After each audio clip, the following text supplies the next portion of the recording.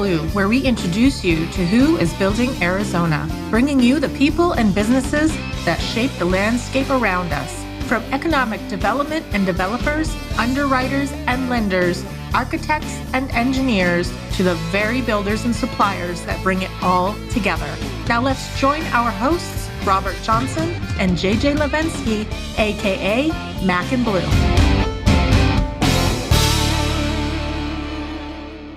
Welcome to Mac and Bleu. I'm Robert Johnson, VP of Business Development with Torrey Contracting. He's JJ Levinsky, President of Blue Wave General Contracting. How you doing? You beat me to it. Oh. I paused on purpose to see if you do it. So I'm doing great. How are you? Good. That's excellent. And we have Daryl Robinson, our producer. You are there today, aren't you? That is correct. I am here. Awesome. And we are very pleased to have Samantha Pinkal, Vice President of Business Development. Did I say your name right? You nailed it. I did. Awesome. We're getting better at this, Robert. We really are. Good guess. With Greater Phoenix Economic Council. I like GPEC so much better. Welcome. Thank you. It's amazing to be here. Yeah, it's fun. This is a blast for us, and we hope it is for you. And it's incredible to have you. It really is. It is. Tell us a little about you and about what you do at GPEC. Well, I am a small town girl living in a big city now. There's a song about that, I think. I just almost broke out into song, right? But I won't. The song's not about me, but it does describe me well. It could be. But rumor has it was modeled off or after. Yeah. I was definitely Just inspired that song. Well, I'm from Southwest Nebraska. JJ and I were just realizing that we both have a connection to my birth town, McCook, Nebraska. It's about 20 miles from Colorado, about 40 miles from Kansas. So I'm from the real Nebraska. 2,000 people, 60 miles away from Walmart. That's where I'm from. 60 miles away from Walmart. I love it. Usually that's a good reference But Amazon point. distribution is just down the road. Yeah. So I grew up in Southwest Nebraska, went to school in Southeast Kansas, Pittsburgh State University, home of the Gorillas. Got my degree in construction management, all thanks to the Girl Scouts. So I was in Girl Scouts growing up. Our Gold Award project was to design and build a gazebo. And so through that process, learned that I'm not good at designing. I'm also very not good at actually building, but the management of the project was a real job. And you were a PM at one time. And I was a PM Yes. for a little while. Mm-hmm. Yep, for the Whites Company. Mm-hmm. So I ended up working with Whites for 10 years. And we won a project for the Girl Scouts here to remodel Camp Sombrero on South Mountain. Now the Bob and Renee Parsons Center for Leadership. Mm-hmm. So did they recruit you out of college? Yeah. Now, did you start here in Arizona? I did. Okay. I interned in 06, 07, so good money time. And then I started full-time in January 2009, which was a bad money time, not great. But I was there for 10 years, managed projects for 5, moved into business development, business strategy, the second 5. And then after 10 years, needed something else, something more. And so the City of Surprise was hiring a project manager for economic development. Mm-hmm. And Janine and her team were kind enough to give me a chance to come into the public sector, work on the economic development team as a PM. So same skill set, same stuff, just helping selling project a city. Is a project is a project. Yeah. So and then I could speak company. I knew why timelines were so important. I know how much money is at jeopardy there and why it matters. So helping them understand then how do you get through the city process as quickly as possible was really helpful. Mm-hmm. And so I worked at Surprise and economic development for 2.5 years, and then a position opened at GPEC. And I was familiar with GPEC from my time at Whites. Of course, my time, because Whites is an investor. Mm-hmm. And then the City of Surprise is, of course, contracted with GPEC. And so I knew how amazing the GPEC team is. It's a bunch of people who are really good at their job, who have endless energy to do an amazing over-the-top. They always go the extra mile. Don't even have to be asked. It's like I was in the honors college at university, and everyone was like a big fat nerd about what they loved. And it's kind of like that, like being on a team of high performers is awesome to the benefit of the community, to the benefit of the companies, and overall to the metro. So that's who I am and how I got here. You landed in your perfect spot. Oh, I mean, I just listened to her talk. I'm like, yeah, you nailed it with the biz dev stuff. For the audience, she's elevated off her chair right now. So halo. There's a little hovering noise in the background. She's in her Zen moment. Yeah, right. So when you say contracted with the city. GPEC is contract, or I'm sorry, the other way around. Surprise is contracted with GPEC. Yes. How's that work? What's the process there, and why? Yeah, good question. GPEC is the Regional Economic Development Organization. So we represent the region of Greater Phoenix. Mm-hmm. We are a nonprofit, public-private partnership. So we're funded through the private sector. So investors like the Whites Company, many GCs, many architects, engineers, title companies, finance, basically the array of business services, anything a business would need when they come here to establish operations. So we have that side. And then we have the public funding, which is per capita per city. And we also have Maricopa County. So you can imagine Greater Phoenix is the largest in population, so they have the largest contracts. But we also service even our smaller communities like Wickenburg and Gila Bend and everything in between. Wickenburg to Apache Junction, Casa Grande, all the way up to North Phoenix, Gila Bend, we have all those. So there's 22 cities that we serve, and then about 200 private sector investors. Interesting. So on that then, when you said the cities, do you have oversight over the other economic development? Let's use Nathan as an example. Yeah. So like Nathan Steele that was on from City of Maricopa, Economic Development Director. Mm-hmm. You work hand in hand with him then, correct? Correct. So GPEC is an extension of their business attraction services. So we act on behalf of the region to attract business, to relocate or expand, really to invest in the region. So yeah, I listened to Nathan's episode. He did such a good job explaining what is economic development, why does it matter, how does it work within the city, and how does a city work for that matter. So I thought he did a great job of giving a foundation there. And so, like I said, we help supplement each city's economic development attraction function. So they also are doing their retention and expansion services with companies that are already there. They do small business stuff. They do workforce stuff. We're here to do business attraction. So we help with really building that business case of why would a company want to be here. So we have regional data on workforce, on hard costs like real estate, taxes, utilities, soft costs like labor, the burden, wages, and then we'll also offer labor pool comparisons. Mm-hmm. So I specialize in the industrial sectors. So we're often looking at Inland Empire, Reno, Salt Lake City, Texas, a couple of places in Texas. And so we're looking at cost comparison, but we also are looking at labor pool comparison. And 9 times out of 10, Greater Phoenix will have the larger labor pool, sometimes by 2 or 3x. So what that means for companies is confidence that they have a qualified labor pool that exists already. Mm-hmm. And there's more of them here than in other locations that they're considering. So it's better chances of hiring qualified labor. On that, Samantha, can you give an example without telling any secrets of something let's say in the last year or two that maybe the audience would relate to, like something you were actively involved in? Let's see. There's been a couple. A solar company recently. Okay. Meyer Burger. So they are a European-based company. They came to the U.S. market. They had promised their board, actually, that they would establish U.S. operations. Dangerous promise. Ooh, yeah. Going live before you're ready. Yeah. No. They had a great strategy. Kind of sounds like our story, Robert. Yeah, it does. Yeah. Just like, let's That's go. our slogan. Let's go. But they had operations here already, but they really wanted to bring a more resilient, robust operation here. And so what we did was help compare to 5 or 6 different metros, some of which are known for their solar manufacturing, some of which were just familiar to management because they lived there, their kids lived there, they had a partner there, something drew their attention. So we were looking and comparing Greater Phoenix to places in Ohio that were quite small, actually. Pennsylvania, somewhere on the East Coast, somewhere in Texas. So we were comparing all across the country, really making the case of why would you pick Greater Phoenix. So among all the reasons, workforce was a giant positive comparison compared to these other markets of not only labor generally, right? Because we are the 5th largest city in the U.S., mm-hmm. but then qualified labor. So we already had people that in the skill sets they needed already lived here, and they could hire them.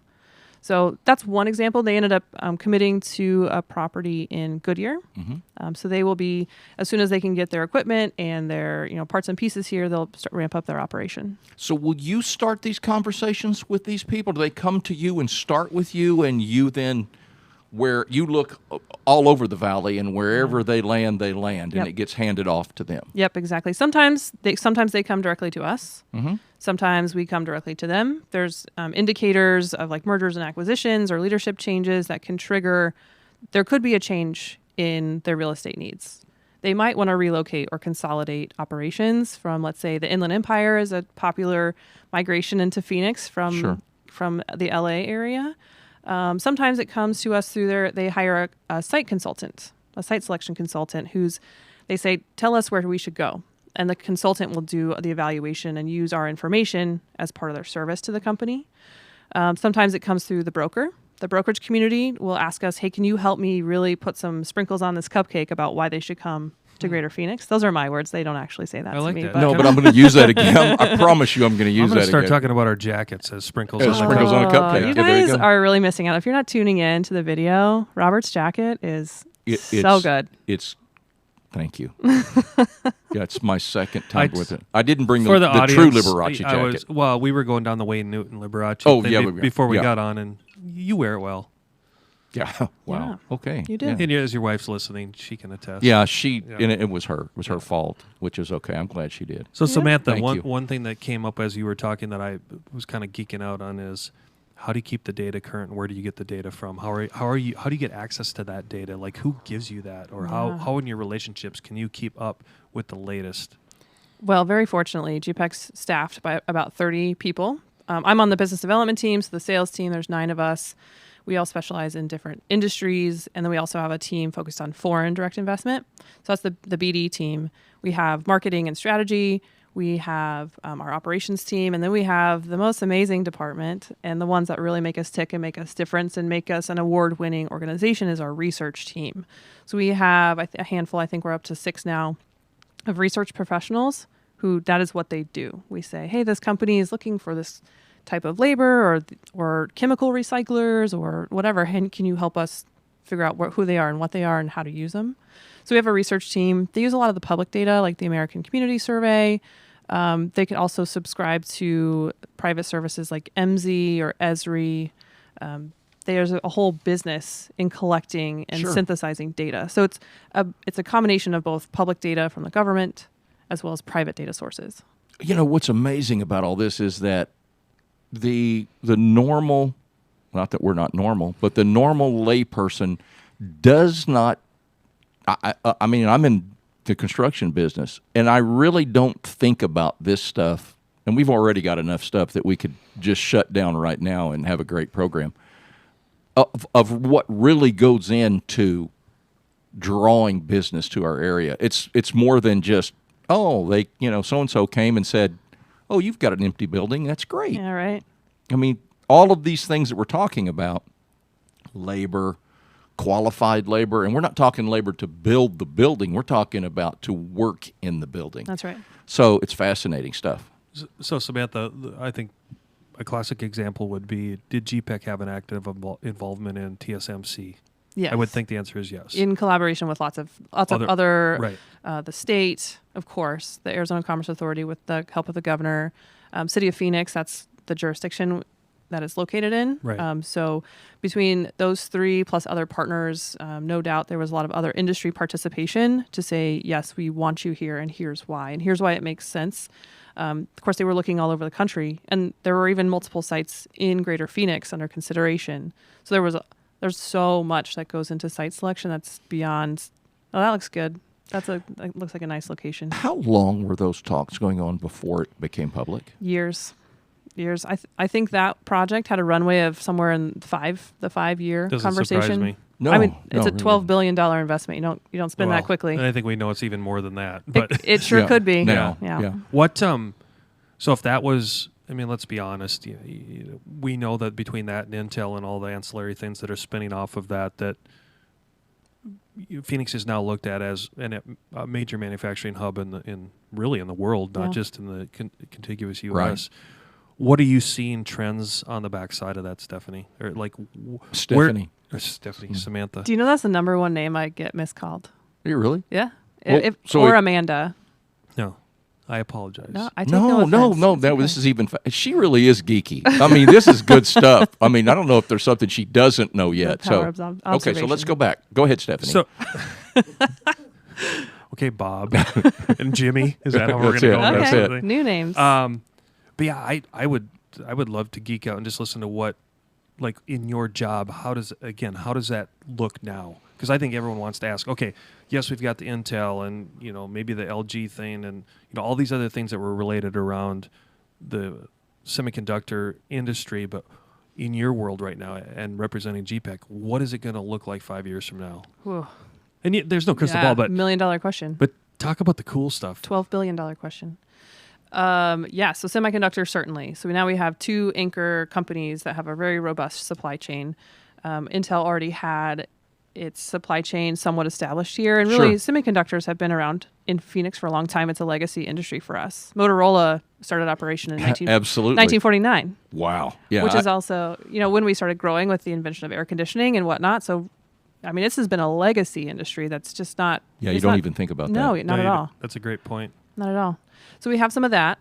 That will continue to grow. So TSMC, coming from Taiwan, is now giving a reason for other Taiwanese companies to come here as well, to reduce their risk of supplying TSMC with its chemicals, the service, the equipment, so on and so forth, to make that run. So we have, between about 40 companies in that supply chain that are at some stage of evaluating Greener Phoenix for a location. And that's hard, by the way. So you guys know that even if you're opening an operation in another state, it's still difficult because there's new rules. Sure. There's new everything. So imagine... And another country. Imagine it coming from another country. Yeah. Like, that's completely different. And the cost differential is already like 2x back in 2020 when we're all thinking about it. It's already 2x times more expensive from Taiwan to the U.S. And now with inflation and the things that have been happening, we're like 3 and 4x. So it's a big deal. So we're very glad to be able to help them and support them, and we're learning a lot in the process. So I'm learning a lot about chemical manufacturing and recycling, and how does that work? What's that ecosystem mean in order to help these companies have better confidence to come here? So, are you getting any? I wouldn't call it pushback, but are we getting any concerns that labor pool? Are we hitting our glass ceiling, quote unquote, or have you seen a retraction in any of those?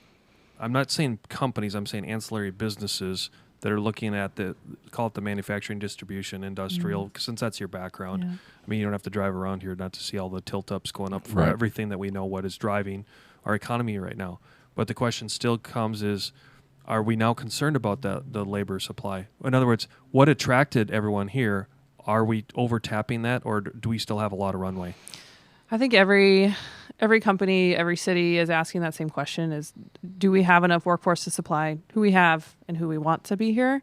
And so what we're finding is that our workforce pipeline through the universities, so ASU, U of A, GCU, NAU, we have actually 40 higher ed institutions within Greater Phoenix. So you have the big universities, but then you have Maricopa Community College District with 10 different campuses, and you have many, many private universities here that have different specialties. And then you have the technical training. So like WestMech, EVIT, UAT, Embry-Riddle, these groups that have a more specialized training. So what we're finding is they are producing enough workforce that they're saying they demand. Okay. So then it's a matter of maintaining the influx of people moving here. So we're, about 200 people per day. 230 people per day move here. We gained almost 100,000 over the past 10 years. So we're saying we have it now, but then how do we maintain that so that companies can stay here and be successful? So your job doesn't, I guess I'll word that differently.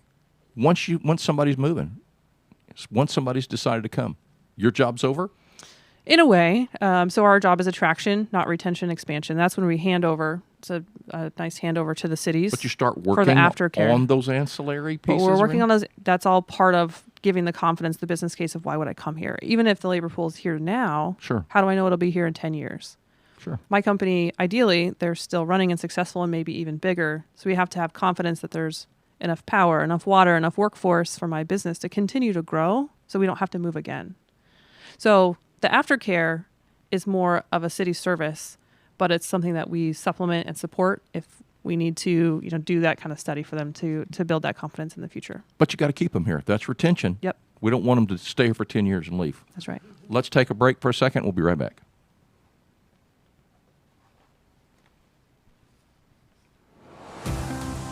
Torrey Contracting, your full-service Division 9 contractor. Torrey Contracting operates with a smaller, hands-on team. This cohesive structure results in superior workmanship and economical solutions. We deliver projects with unsurpassed commitment to quality and stewardship of budget. Torrey Contracting, small enough to listen, big enough to deliver. We joked earlier about the social media thing, so I've got to say it.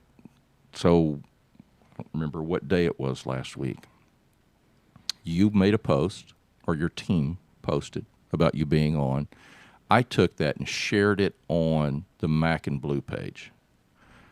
And I kept watching. I kept getting these, I think we're now up to like 110 likes. And it's all, no, not all GPEC people, not all your friends that you told them, but it, She pays them well. but no, it is the who's who in the economic development world. I mean, you look through it and it's everybody. You are really connected. Oh, thank you. Yeah, it's very, very cool to see. And now that we've met you and listened to you, it's clear why you are where you are. You're very talented and very smart. Well, I think it goes to another thing that we always talk about. This is America's largest small town, right? Totally. So I don't care if it's like if her and I would have met in her, White's days, that fraternity of GCs. You and I talk about this all the time, Robert. We're all competitors, but at the end of the day, it's like the biggest friendship fraternity you've ever seen. Oh, it really is. And look at you in Division 9 Yeah. specialty stuff. You Yeah. guys all know each other, and yet you go Absolutely. to other parts of the country, and it's not like that at all. Oh, and GPEC is really built on exactly that, the cooperative competitiveness. Regionalism is the word for it in economic development. I like that word. Where- I'm glad you're write that going down. here. I'm glad you're going here too. Yeah. So go ahead. Yeah, so that's what founded GPEC was 30 years ago. So GPEC's 32 years old now, and there's an agreement between the cities and towns and communities that here's our mode of operation, here's what GPEC does, and here's how we will work side by side together. I'm not cooperatively necessarily, but we're not poaching companies across jurisdictional lines because that's a net zero gain. That doesn't help grow anything. Yeah, but you bring up a great point here. Cities, municipalities are very competitive about BD. the big boys. Yeah. And how do you handle that? So we're a neutral third party, right? We are single point of contact for Switzerland. this. Yeah, a Yeah, little bit. you're Switzerland. Yep. Single point of contact for whether it's the site consultant or the company or the broker, whoever is acting on behalf of the company. And so we work then as a facilitator to connect the company with then their options. So the way we work is if we get a requirement, we need 1 million square feet of warehouse space, we need 32-foot clear, this much water, this much power. We put that out to all of our cities, all of our member cities, and say, hey, if you have property in your jurisdiction that matches these requirements, please send us those properties for consideration. So we'll hand those back to then the company. The company said, yep, I like options 1, 2, 3, 7, 8, 9. I want to meet those cities, those owners, Okay. those brokers. That makes sense. And then really it's then at the city's level to, provide, why would you come here? What Now are the assets? you What are the know benefits? where those I would say in most cases you know where those open spaces where they've got that square footage. I would think the only way that you could continue doing what you do is not saying, "Oh man, there's a perfect spot in Glendale that you need to go to." Right. But you handle that by getting submissions Yep. from people. Yep, Okay. exactly. Makes absolute sense. And some cities are small enough that they know exactly how many square feet in the developments that are happening. And Sure. some are so big that it's hard to keep track of them all. Infrastructure, they may not have the water, the sewer, Right, the whatever. exactly. And brokers are great about sending us their property information too directly. Just say, hey, just so you know, this is here. So if a requirement comes in, we don't see it come from the city. We just ping the city and say, hey, we heard about this property. do you want to also include it, or is there some reason that it shouldn't be considered for this project? And sometimes there is. Maybe it's too big of a water draw, or I mean, who knows? It's lots of different reasons. But Sure. So, hey, that topic alone. Okay, so with all the, let's call it sensitivity and concentration on water conservation and everything that's going on to our neighbors to the north, which we border, how are you handling that, and how is GPEC handling the water question right now? Yeah, water question and response for us is all about facts. Yep. What are the facts? Because let's just say what's true. That's the safest. So what way. are some of the high-level facts that you can share right now? So we were at a conference a few weeks ago for semiconductor, and we got asked the water question. I probably told the water story about 100 times. Can you do it? I can do it one more time. First? Yeah. I can do it one more time. The Reader's Digest version. Yeah, but for sure. So for sure, Arizona's a desert. Greater Phoenix is in the heart of the desert. But what that meant is that we've always been very concentrated on water preservation. This is a very finite asset that we have, and we have to protect it. So in the 80s, we had the Arizona Groundwater Management Act put into place, which really established the requirement that every project had to be given a 100-year water assurance before it could be approved. So that's kind of base level. How do you protect your water asset? If we can't provide this company the water that they need for 100 years, for 100 years, then deal breaker. But that's the first thing. Okay, so then 1950s, we talked about that's when development really started spurring, because then we had air conditioning. Now we can live here, right? And so in the 1950s, and even to now, we were very much agricultural based. So the Arizona seas, cattle, citrus, cotton, a couple of those are really high water users, especially the cotton and agriculture. So as we're converting ag land into commercial use, we are actually net gaining water back to the system. So remember, and that's what just not to interrupt you. Yeah, go ahead. But that's what Nathan talked about down with global water, right? Down in between Maricopa and Casa Grande, I believe that's one of the main things. Is every time they take something out of production, their aquifer is actually being replenished. Right. Yes, is that correct? Yep, okay. Exactly. So there's a couple of different jurisdictions. Some cities operate their own water. Sometimes they have third party. But ultimately, you're gaining water back to the system. And so the Tier 1 shortage that was declared in 19 or 20, certainly it had an impact on Arizona business, but it was primarily to agriculture. So the reduction of the allocation of the Colorado River, by the way, we only use about 36% of our water source is the Colorado River. So we have other water sources, including aquifers and then 2 other rivers. So it reduced by 18% our 36% allocation from the Colorado River. So that impact was to ag, not business.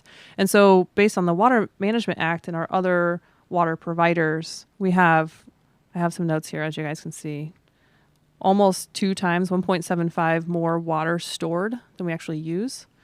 And so as companies come... Wait, I'm sorry. One more time. Say that. Arizona has 1.75 times more water than we use stored. Amazing. Mostly in aquifers, but then we also have the dam systems. So that said, we're in an advantageous water position because we've been thinking about it and acting on it for a long time. Does that mean there's not a problem? We don't need to think about it? Absolutely not. Yeah, we can't be sloppy with it. Yeah, right. So there was an infrastructure bill that was passed in November. Senator Sinema helped negotiate that. And so then what that provided was support for water projects and infrastructure projects. There's 13 water and environmental infrastructure projects across the state that would be supported by this bill. So while not Greater Phoenix necessarily, 2 are all greater benefit. So we got SRP working with the Department of Reclamation to modify the Bartlett Dam to actually increase its capacity, as well as Roosevelt Dam. So we basically have the Verde River and the Salt River. They're the 2 that we're talking about. Right. Correct? And then a bunch of aquifers. Correct. But I mean, we live in the desert. It sounds to me like we're just doing an awesome job. I mean, as much building, as much development that has gone on in the last few years for us to be 1.7 times the amount of water stored that we need is amazing to me. Yeah, it's good news. It's great news. And so it's a good news story in that we're not in a dire position. It's not what the headlines would make it seem. And in fact, we went on offense about a year ago to talk about our water story because media headlines were, the desert Southwest was, there was no hope, but there is. That said, it doesn't mean that we can't be responsible. And so now once companies express their interest, one of the very first questions is, what's your water use? Because cities have a typical allocation they feel comfortable with of saying, yes, we can serve this. Or if they're very much above it, like 2 or 3 times X, they'll say, but, well, what's the profile of the company? How many jobs? What are the wages? What is the benefit? What is the benefit to the community to allocate this very finite asset that they have to this company? Very interesting. Yeah. So we're a low tax. So the company, you're having to sell the company to the municipality in some cases. Yeah. So if you think about, like, Arizona is a low tax state. Mm-hmm. So there's not a lot of cash incentives offered because there's not a lot of cash to give because we're not taxing them. Mm-hmm. So instead, you have to think about what are the other assets that are like cash. I mean, they say water's, what is it? Whiskey is for drinking and water is for fighting. I've heard that before. Oh, I'd believe that. And so that becomes a negotiation point or a point of consideration for companies and cities. Amazing.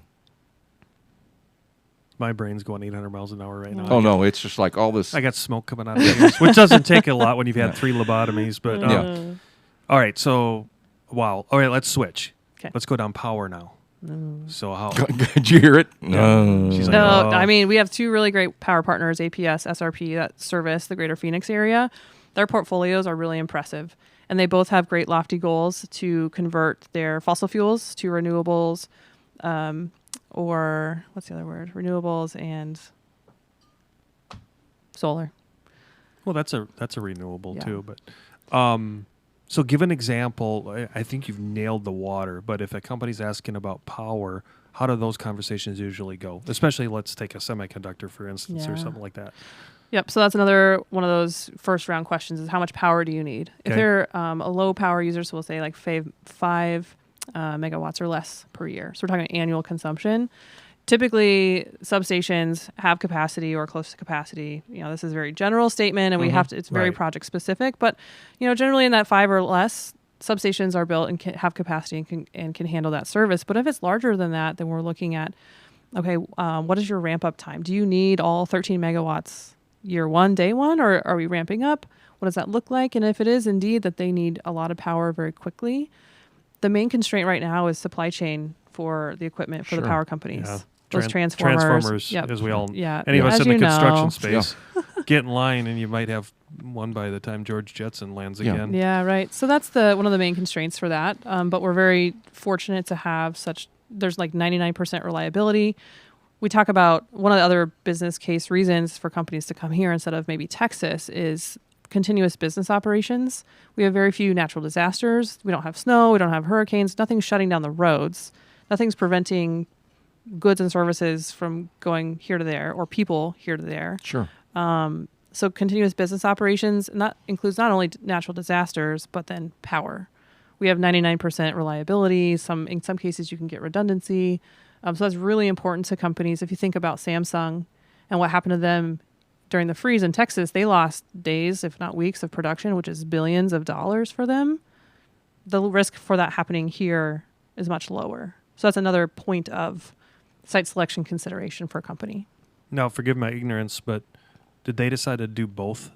Speaking of them specifically, because remember, weren't they picking Austin over here originally? Mm-hmm. And now, didn't they come back out and publicly state that they were going to do both? Or am I missing? Oh, I don't know. Well, Good scoop. Okay, well, maybe Yeah. I think you asked a question you're not supposed to be asking. I don't I know. will. I don't Yeah. know. As far as I know, they're still Not here. committed to Texas. Okay, yeah. got it. Then you would know better than me. Yeah. Maybe I'm reading too much on LinkedIn. So, I mean, so you're having to, when you're talking about somebody moving in, you may have to get the SRP, APS, and those people involved very early Oh yeah. to determine whether or not where they're wanting to go or whether Arizona or the greater Phoenix area is even a target Right. Yes. in some cases. SRP and APS both have economic development professionals on their teams that we engage with regularly. When there's a company comes to the market and wants to tour sites, very regularly do we ask the power provider for the sites to come in and give an overview and help the company understand where's the nearest substation to the property, what's the capacity there, how fast can we serve you, is there more, or does let's say equipment wasn't an issue. Let's say transformers, you could get them. It's still going to be some duration of time to Correct. increase the capacity of that substation. So those are the conversations we have just so companies know, like, what is it going to take to operate in this location? It's legitimately a pitch. Oh, yeah.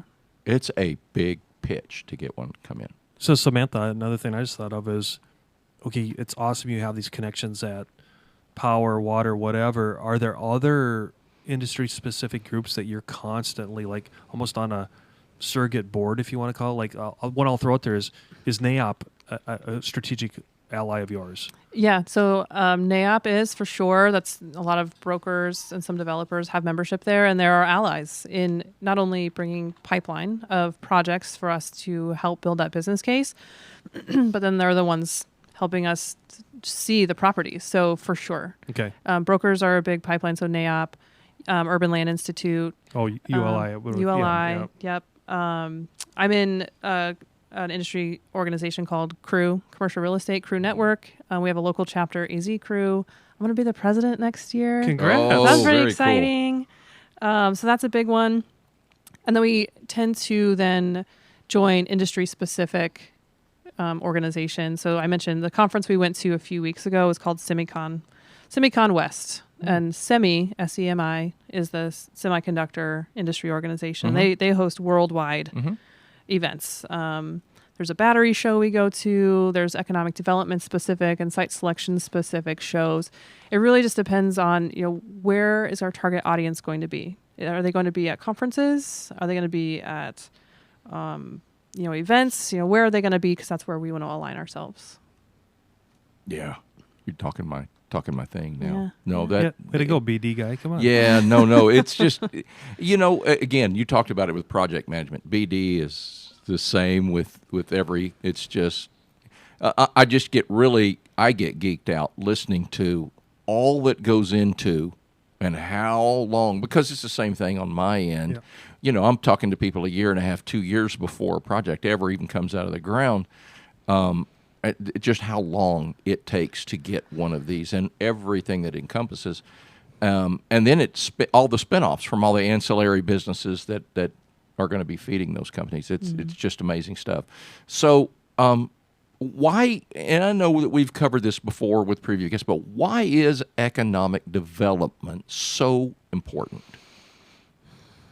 I mean, you were alluding to it earlier when you were like, oh, I didn't realize so much went into this. Sure. I mean, it's very intentional. We're trying to be very strategic now. And as is every city, of like, what stage of growth are we in as a city? Are we nascent? Are we maturing? Are we matured? Or are we in a place where we need to really reinvent ourselves? And so there's a lot of proven practices and best practices about how to do those things and what are the best approaches and who needs to be involved. Who's a stakeholder? Who has a role to play in strategically inviting companies to be as part of our community? And then how do you support it on the retention and expansion? You have your workforce, you have small business, you have your entrepreneurs. So economic development is very multifaceted. And without one piece of the puzzle, you're just not doing as well as you could. You're not doing as much as you could. And if you're not doing it strategically, it's not going to last very long. Yeah, that strategically, I guess, is the. So one thing I realize that we haven't talked about is we keep focusing on the commercial industrial side, but companies need housing for their employees. How is GPEC addressing the housing situation? If I was to ask, pretend I'm that,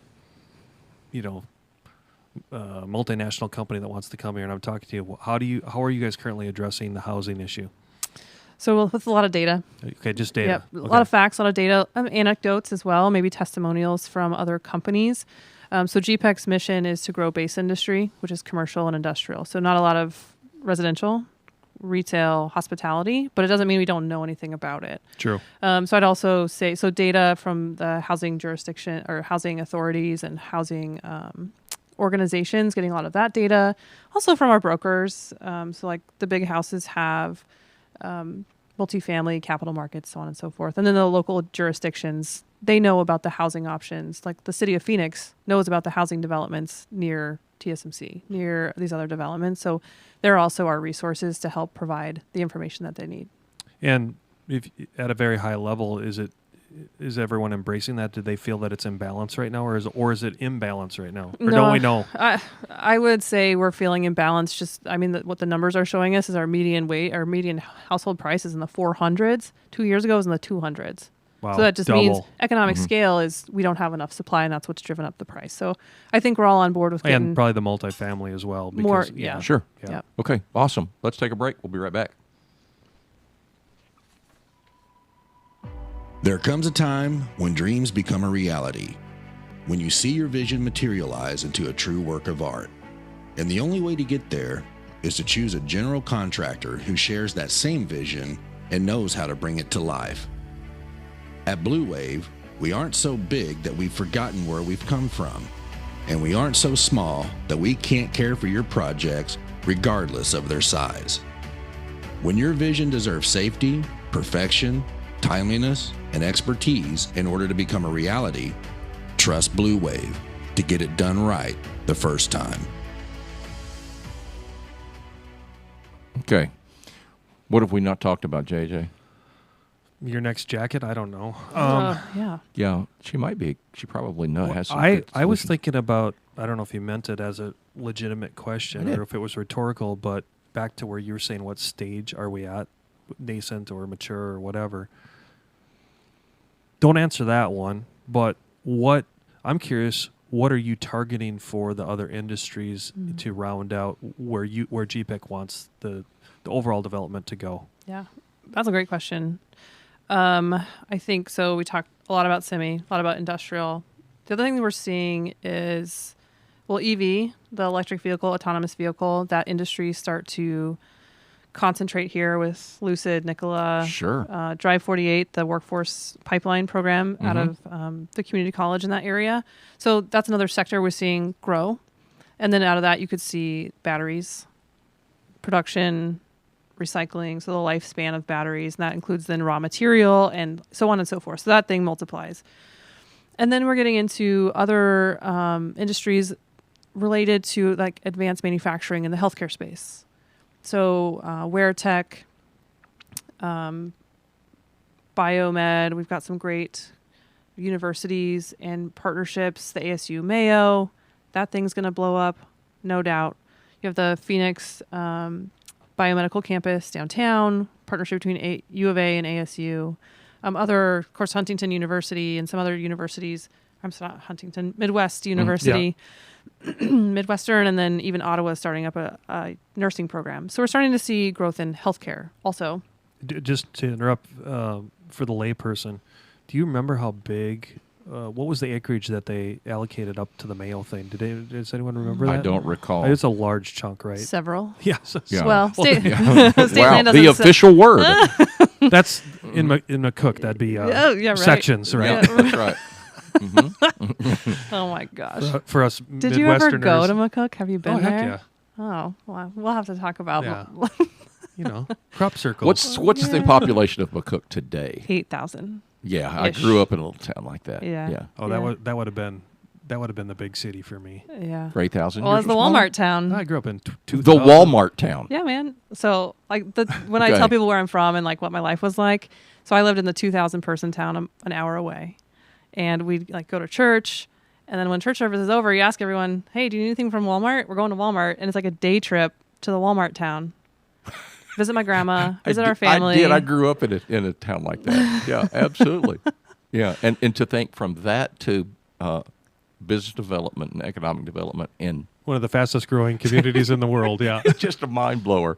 You know, and I'm just so grateful for it to have had such a diverse experience. Not only like places that you could live and the communities, and like from small to mid to then fifth largest, but then being private sector, being public sector, now nonprofit.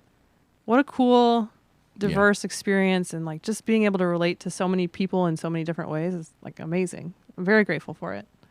Can you just, you mentioned it earlier, and I think we've had some other guests on that have really hammered it home, but I'd love to hear your spin on, you mentioned that we had, and this number was pretty cool because I didn't realize this. We'd have always focused on the big four on higher ed. But to think, you said 40, when you take trades and everything else, that number, it kind of blew me away. No, so it much that I definitely circled it about 10 times on the cheat sheet here.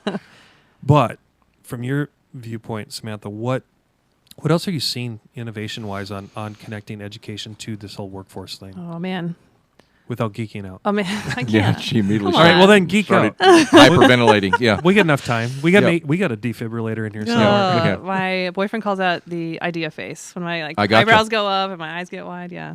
Oh, I thought we were just dilating your pupils. That's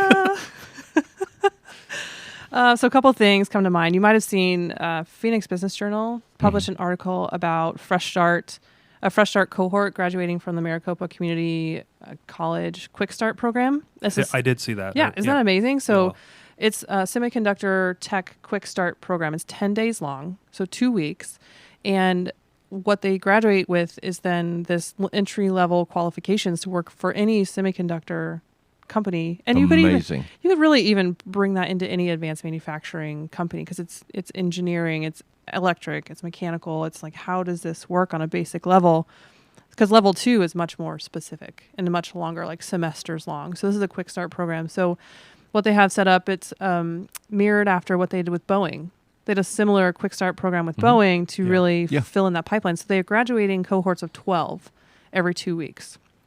And they have 750 people on a wait list for that program. Isn't that wild? So I think they'll have 4 campuses offering this at full build out. And so the way they're staffing this is actually with adjunct faculty from Intel. 49 adjunct faculty employees from Intel. Yeah, there's probably enough doctors there anyway. Yeah. So that's one program. That's just one That's program. one program. Yeah. Maricopa Community College actually offers lots of different things. The corporate college is another great partnership where they partner with companies to build curriculum to train employees for that company. They also there's a Maricopa IT Institute, which offers certificates in IT related fields. Then Maricopa Community College also offers 4-year degrees, bachelor degrees now. They're partnering with Phoenix. Did you know that? No, I did not know that. Yeah, Right. that was very cool. Michael Crow actually, he gave his blessing or endorsed, or maybe I'm putting words in his mouth, but he came out in support of this 4-year degree offering from the Maricopa Community College level. Just we need the workforce. Right.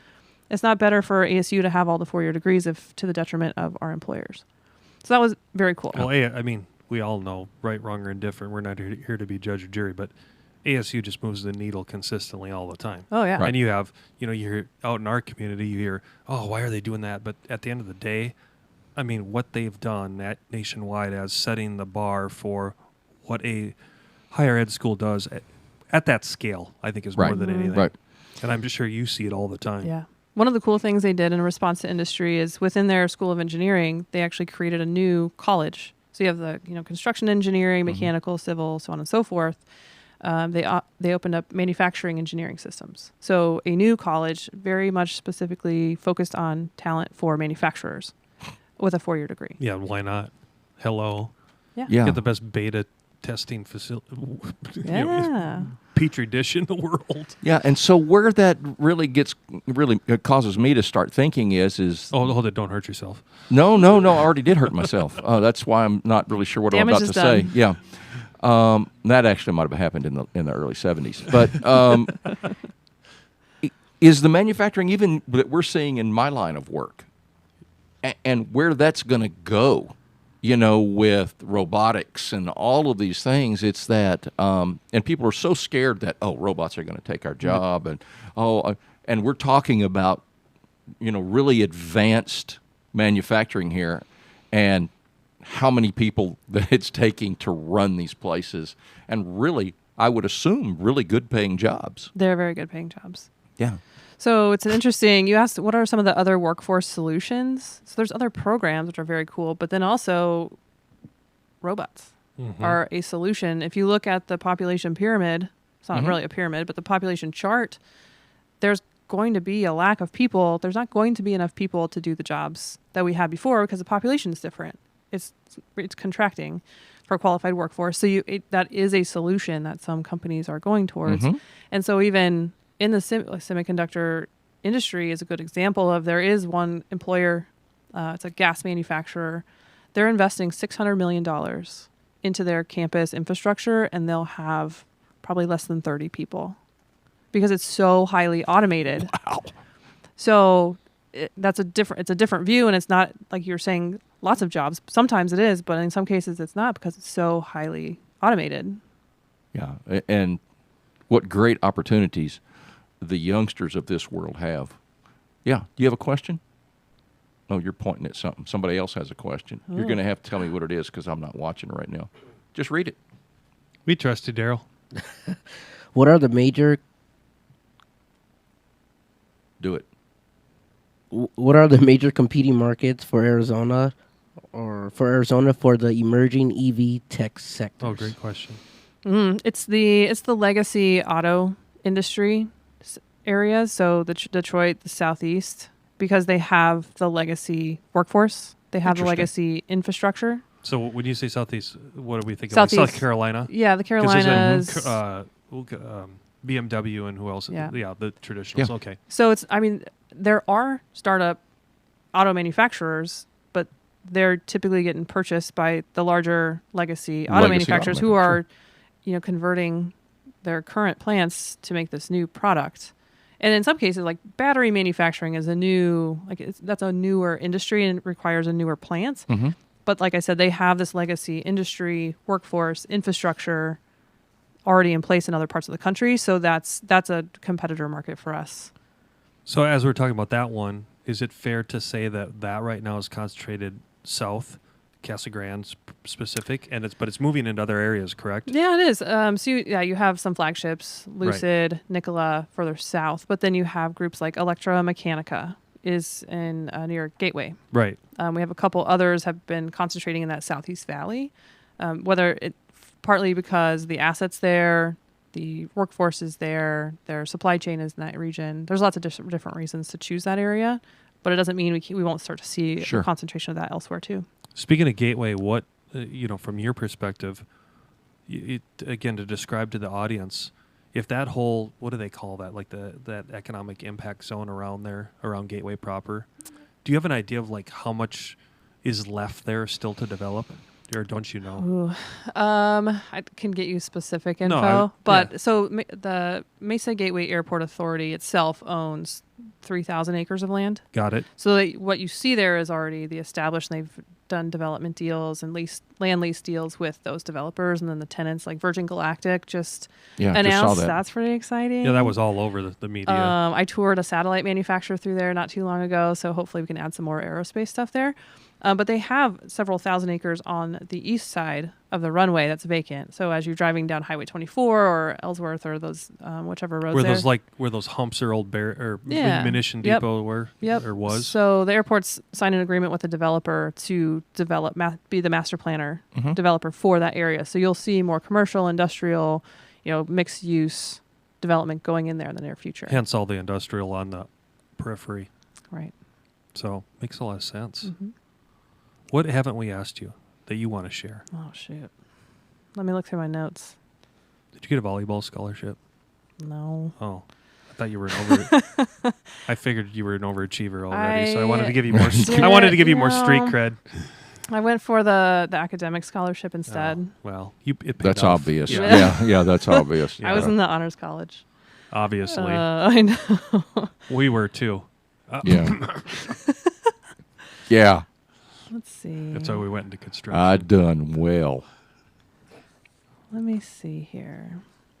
Oh, there's a couple things. So like I mentioned, GPEC's mission is business attraction. That's our main gig, right? And so what are we going to be in the future? You asked that question. Yeah. Good. Let me ask that. What's GPEC going to be in the future? What are we going to be in the future? I think similar, same, but maybe more. So if you think about, let's like rewind to 2009 and what Phoenix was then. Sure. And not very diverse, very hospitality, tourism, construction jobs based. And then we all lived through that and that wasn't fun. But you have to admire and respect the leadership from public sector, private sector, education. Many, many people in the business community saw the need to diversify our economy. And so we have the benefit of being what we are today as a result. So you mentioned the transformation of ASU was a big part of that. And so we are where we are today as a result. But now we have to start thinking we are in a great spot. Macros are awesome. We're growing. We're amazing. Everything's great. People are coming here. But what about 10 years from now? What are we prepared for? Mm-hmm. What are now we're a new version of Phoenix, Greater Phoenix. We're at the next level, next stage of evolution. What are we going to be in the future? and what are the hurdles we need to overcome to maintain the good things that are happening here. So macros are good, but what about micros? And I think we could name a few things at the micro level that are not going well for us. Okay. So take a guess. What's something that you hear about Arizona not doing well? Oh man, I wasn't ready for a Well, test. I think the underserved. Mm-hmm. Yep. You know, it seems like we still have some challenges there. Yeah, as far as social programs and things like that. Yep. Schools, K through 12 schools, Oh, kind of that schools, middle yeah. class. Boy, like no that joke, type of schools. stuff. Yeah. Oh, yeah. Yeah. So when we look at the micro level, I'm saying we, so Royal, we, GPEC, and then our board and investors who participate in our strategic planning, we identified at the micro level, we have some things we need to work on to ensure continued success. And so what we're calling those are the economic imperatives. And so we came up with a list of 10. And these are not, it's not a complete list. It's just the first 10 that seem the most important at this point. They're related to education and our talent pipeline. It's related to the environment. We've already talked a lot about water, but power, and then strengthening our middle class. So I have a list of 10. If you want me to read the 10, I'll read the 10. Yeah. Yeah, just They're read them pretty off. good. It'd be great. All right, you guys ready? Yes. All right. Advancing career, technical education, You're fine. Keep going. STEM Sorry. and engineering pathways. Second one, meet the needs of Title I schools. Oh, Third one, very good. expand and foster a robust entrepreneurial ecosystem. Accelerate industry and university collaborations. Capitalize on environmental resiliency practices. So tying back to the water and climate. 6, continue the strong history of water planning and conservation. Induce smart growth principles and expand community tools for infrastructure and redevelopment. Continue modernizing Arizona's tax system. Oh, we did have a property tax legislation passed. I can come back to that. Recently, that was great. Strengthen the middle class and unlock the potential of changing demographics in the region. So these are big. No, These are they're big concepts. huge. Those are macro micros. I mean, it's like big you micros. started naming things, and I'm like, Ugh. oh my god. So- I mean, we're going to need another hour. Not to say that GPEC is going to become all things to all people at all, and not to say we're an attraction function at this point, right? But recognizing that people know us now, we're on the map thanks to the work of all the business, universities, public sector, landing companies like TSMC puts us on the map and a known entity. And there's a lot of people doing a lot of great work around all of these economic imperatives. So can we use our great power with great responsibility and start harmonizing and putting people together that haven't thought about collaborating before? Or could we just give direction to a collaboration? So while GPEC's likely not the most appropriate entity to take the lead on most of these issues, could we play a role in harmonizing and facilitating these conversations and these efforts? Absolutely. So that's why I think you'll start to see more opportunities to, whether our investors or new people want to invest their time, talent, treasure, effort into these imperatives. I hope that they will, because it's important to all of us. Absolutely. I love when we get questions from listeners. So Okay. Someone's listening. You are probably, yes, somebody's listening. We had actually a couple. So the question is, have you explained how you put mermaids in the pool? Someone asked that. Guys, I love Now, this I've got to say story. that again. The question was, ask her how she puts mermaids in the pool.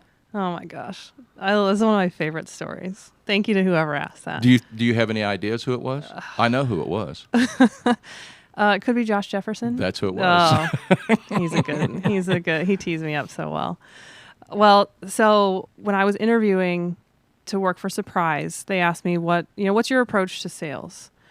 And so I told this story about, I went to Night Flight. The Scottsdale 2030 Club put on this big extravagant fundraiser at Talking Stick Casino, and we were in that pool plaza area. And so you walk, it's black tie attire, it's red carpet, velvet ropes, fire dancers, chrome cars, cigar bar, like just opulent, over the top, everything. Like this is a big event. And I'm just like walking around because I'm like baby Sam, I don't know, mid-20s, like, whoa, this is so amazing. And then I look around, and in the pool, there are people who are dressed up as mermaids, and like they look like real mermaids. I'm like, oh my gosh, who thought after all of this to put mermaids in that pool? And so as I started thinking about like my sales approach, or like, how do I make an impression? I want to put mermaids in the pool. I want to like do that one thing that's just way like it's over the top and not necessary, but man, it makes an impression. And so I told that story in my interview with Surprise. And Janine, I'm sorry, I'm going to tell you the story. I'm going to tell the story, but I don't think you'll mind. Janine's like, oh my gosh, I know what you mean. She's the director of the department over there. I know what you mean. One time I went to this Marilyn Manson Rob Zombie concert. And if you know Janine, she looks like Snow White. She is like fair skin, black hair, big blue eyes, very demure, like wonderful person. And you're like, what? She's like, yeah, I went to this Rob Zombie Marilyn Manson concert one time, and Marilyn Manson was like, kind of did the thing he does, and like as expected, and it was fine. But then Rob Zombie comes out and like pyrotechnics and flashing lights and all these things, and you're like, whoa, this is more than I expected. I was already planning to like this, but now I was like, wow.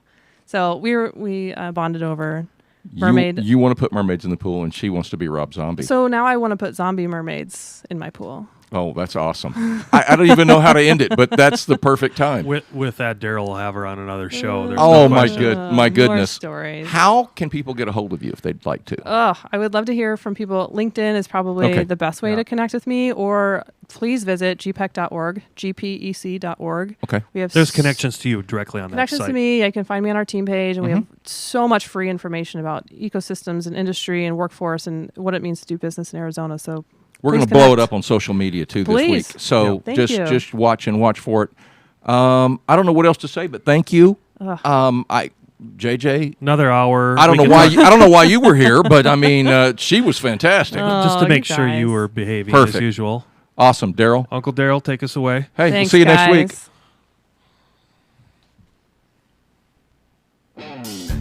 You've been listening to the Mac and Blue Show, brought to you by Tory Contracting and Blue Wave General Contracting. Be sure to subscribe to the Mac and Blue podcast on your favorite podcast platform. Follow Robert Johnson and JJ Levensky on LinkedIn and Instagram. And tune in live every Monday at 3 p.m. as we continue to introduce you to the people building Arizona. Walt Disney said, you can dream, create, design, and build the most wonderful place in the world, but it requires people to make the dream a reality. Until next time, make it a great day.